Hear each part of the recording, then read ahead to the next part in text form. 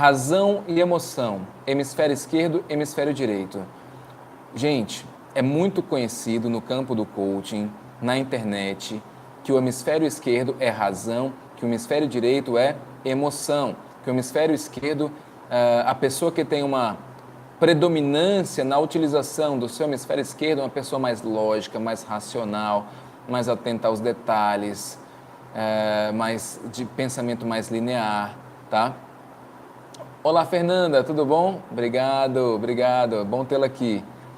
E a pessoa que tem uma predominância no uso do hemisfério direito é uma pessoa mais intuitiva, mais emocional, né? Como posso dizer, mais holística, mais artística, né? Então, matemáticos usam mais o hemisfério esquerdo, artistas usam mais o hemisfério direito. Não é verdade, tá? Artistas e matemáticos usam ambos os hemisférios. Todas as pessoas usam ambos os hemisférios, tá? De forma equilibrada, ok? Teve um estudo com mais de 1.000 pessoas que mostrou bem isso. Nós temos um conjunto de fibras no nosso cérebro que interliga os dois hemisférios, chamado de corpo caloso. E ele troca informação a todo momento de um hemisfério para outro, tá? E ele permite esse equilíbrio na utilização de ambos os hemisférios. Um outro detalhe, matemáticos, a pessoa para trabalhar com matemática, ela precisa de criatividade, tá? Ela tem que ser inventiva, tá? Para visualizar a conta matemática, para visualizar a equação, né? Para pensar na resolução daquela equação. E o artista, ele usa muito da sua racionalidade. Não sei se alguém aqui é artista, que está me vendo aqui agora, mas o artista, muitos artistas têm um método, têm uma sistemática, né? São pessoas que pensam de forma analítica, sim, para produzir a sua obra de arte, tá? O artista não é um cara completamente intuitivo e tudo mais, ok? Então, artistas e matemáticos usam ambos os hemisférios, o artista e o matemático tem muito de criatividade e o artista tem muito de racionalidade, tá? Agora sim, da onde começou esse mito? Esse mito começou em 1861 com a publicação de um artigo que falava que a área da fluência verbal ela está localizada no giro frontal inferior do hemisfério esquerdo. Nós temos o córtex frontal aqui na testa, nós temos a parte inferior do frontal e nós temos o hemisfério esquerdo e ele é responsável pela fluência verbal, tá?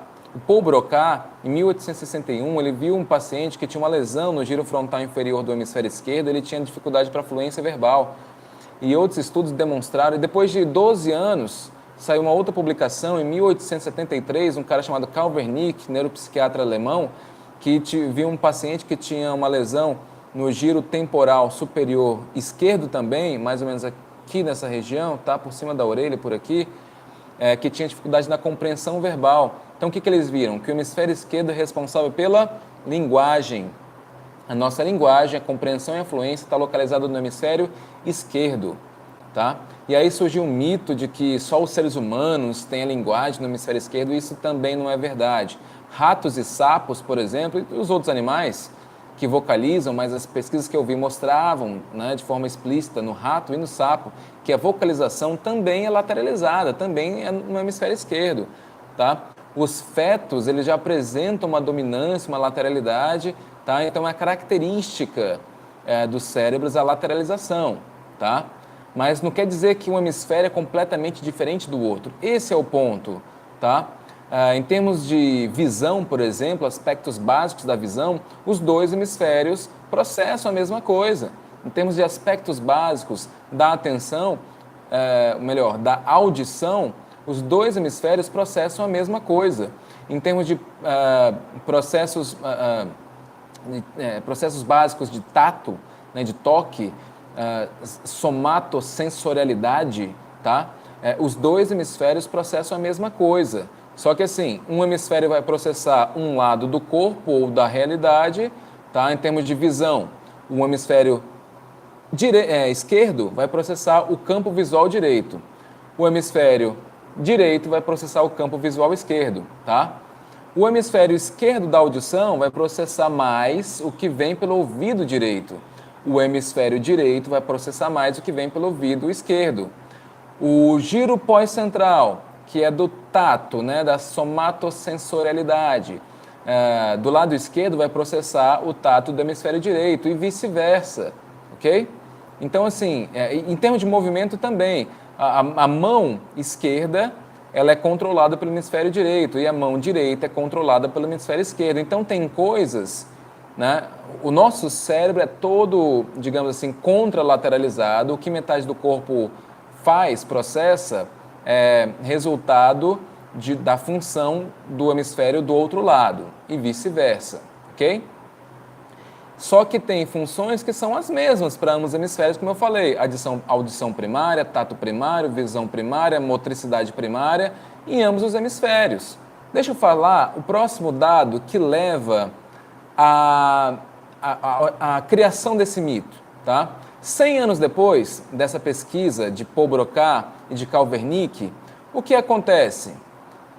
Pesquisadores, um cara chamado Roger Sperry e um outro chamado Michael Gazzaniga. Michael Gazzaniga era aluno do Roger Sperry, e Roger Sperry já fazia isso que eu vou falar há uns anos antes, começou na década de 40, por aí, mas na década de 60 os estudos vieram ganhando mais notoriedade, mais visibilidade, que são o seguinte: pacientes com epilepsia generalizada, ou seja, uma descarga neuronal excessiva e sincronizada que se espalha por todo o encéfalo, por todo o cérebro, que eles intuíram e fizeram e faziam?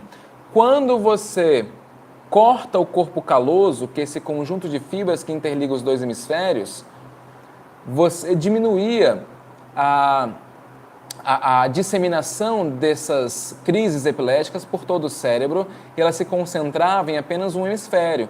Então a pessoa sofria menos. Ao invés da crise epilética tomar conta de todo o cérebro, tomava conta só de um hemisfério. Tá claro isso? Então, e o que eles viram também? Que esses pacientes não sofriam muito, tá? Eles não tinham muitos problemas quanto a essa ideia da calossotomia, esse corte do corpo caloso, essa desconexão entre o hemisfério esquerdo e o hemisfério direito, tá?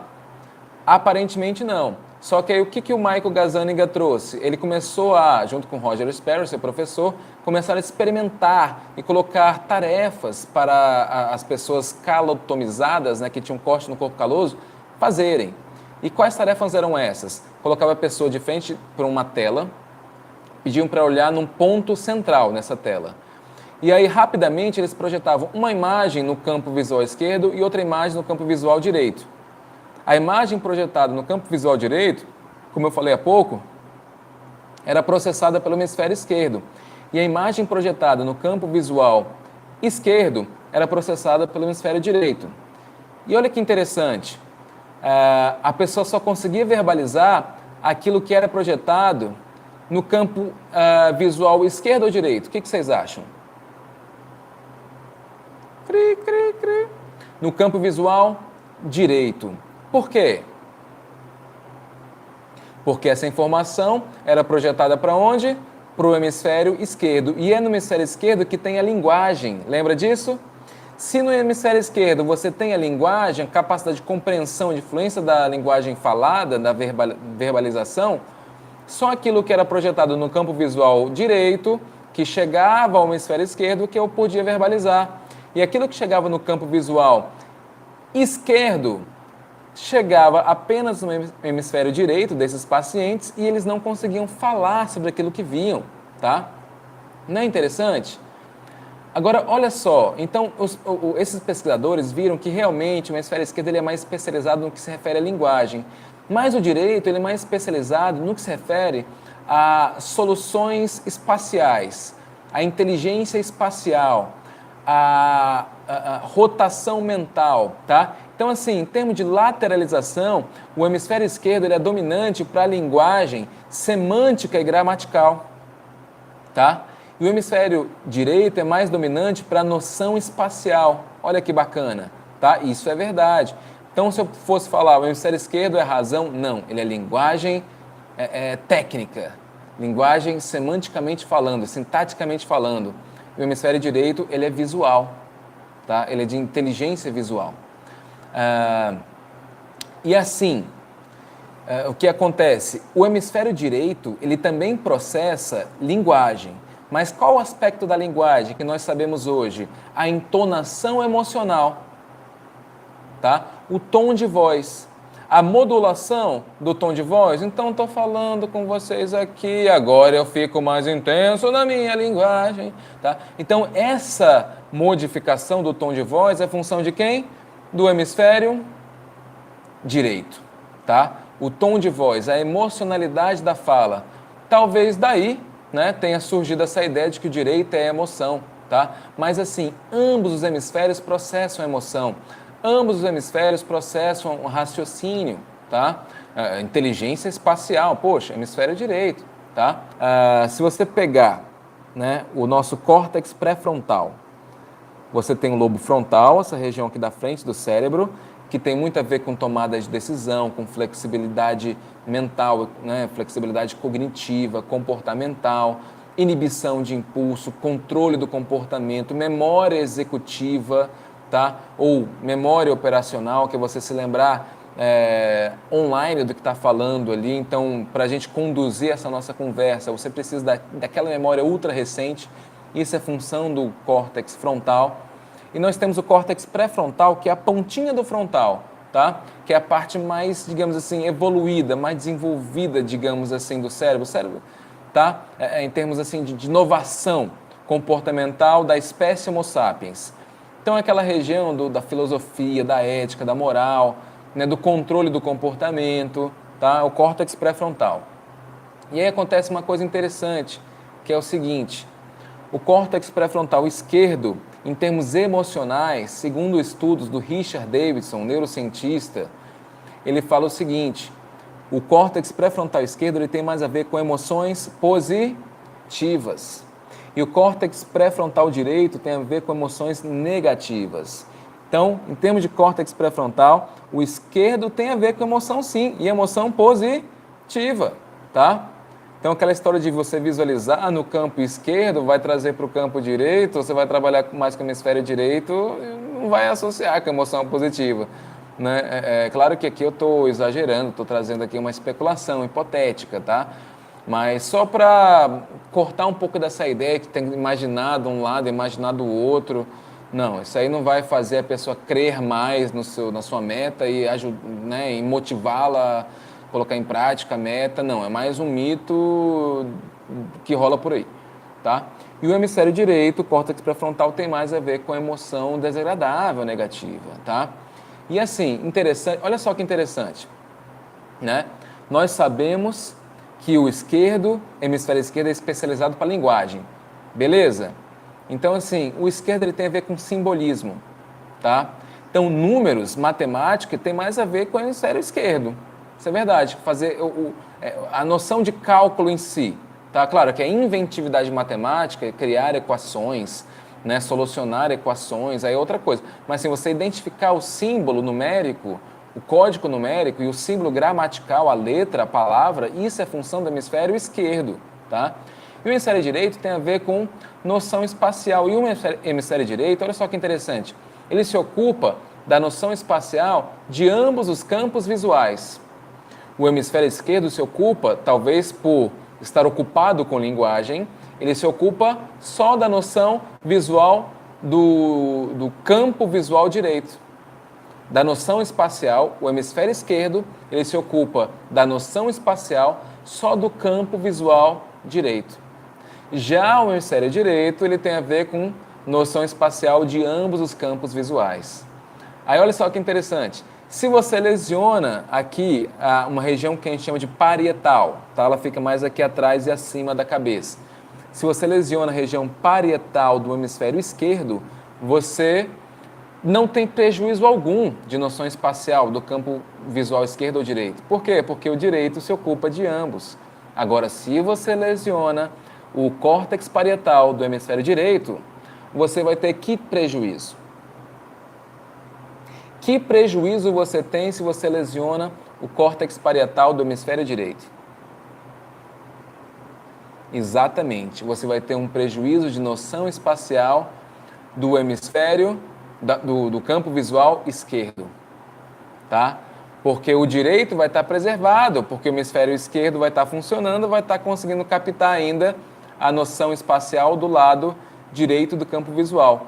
Se você lesiona o hemisfério esquerdo, como ele ocupa-se dos dois, você perde o direito, só que o direito não tem problema, porque o esquerdo já está cobrindo, e você perde o esquerdo. Aí esse você perde definitivamente, porque é o direito quem vai se ocupar, né? O esquerdo se ocupa da noção espacial apenas do campo visual direito, e o direito se ocupa da noção espacial de ambos os campos visuais. Então perceba essa especialidade. Agora, olha que interessante. Pacientes, olha que caso engraçado, tá? Para a gente encerrar. Pacientes que têm lesão no córtex parietal direito, eles perdem a noção, né, do espacial do lado esquerdo, beleza?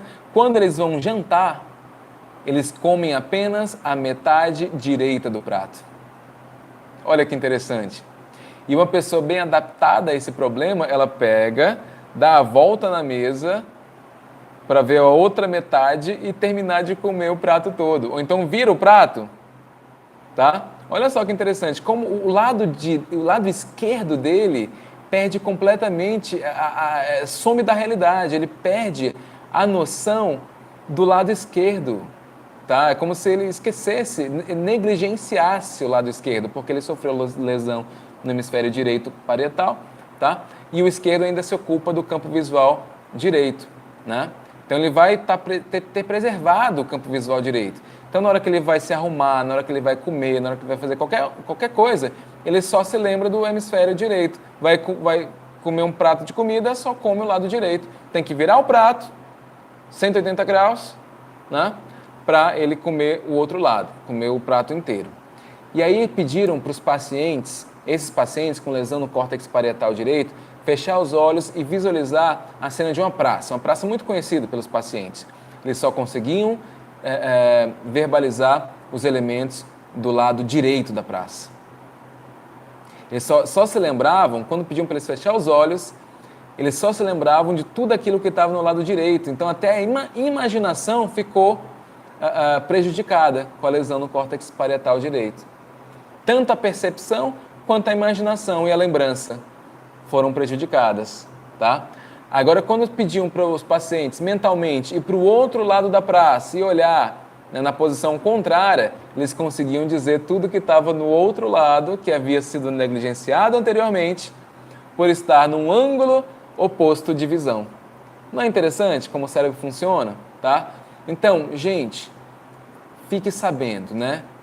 Não existe essa de que razão é hemisfério esquerdo, de emoção é hemisfério direito. Leve para o hemisfério direito, porque lá você se emociona, lá você transforma em ação, lá você realiza, lá você coloca em prática e a partir daí você vai ser uma pessoa melhor, vai ser uma pessoa mais realizadora, que vai conquistar seus sonhos, né? Visualize suas metas do lado esquerdo do campo visual, que aí você vai levar para o lado direito é emoção, vai trazer emoção para o processo e vai realizar suas metas. Não, tá?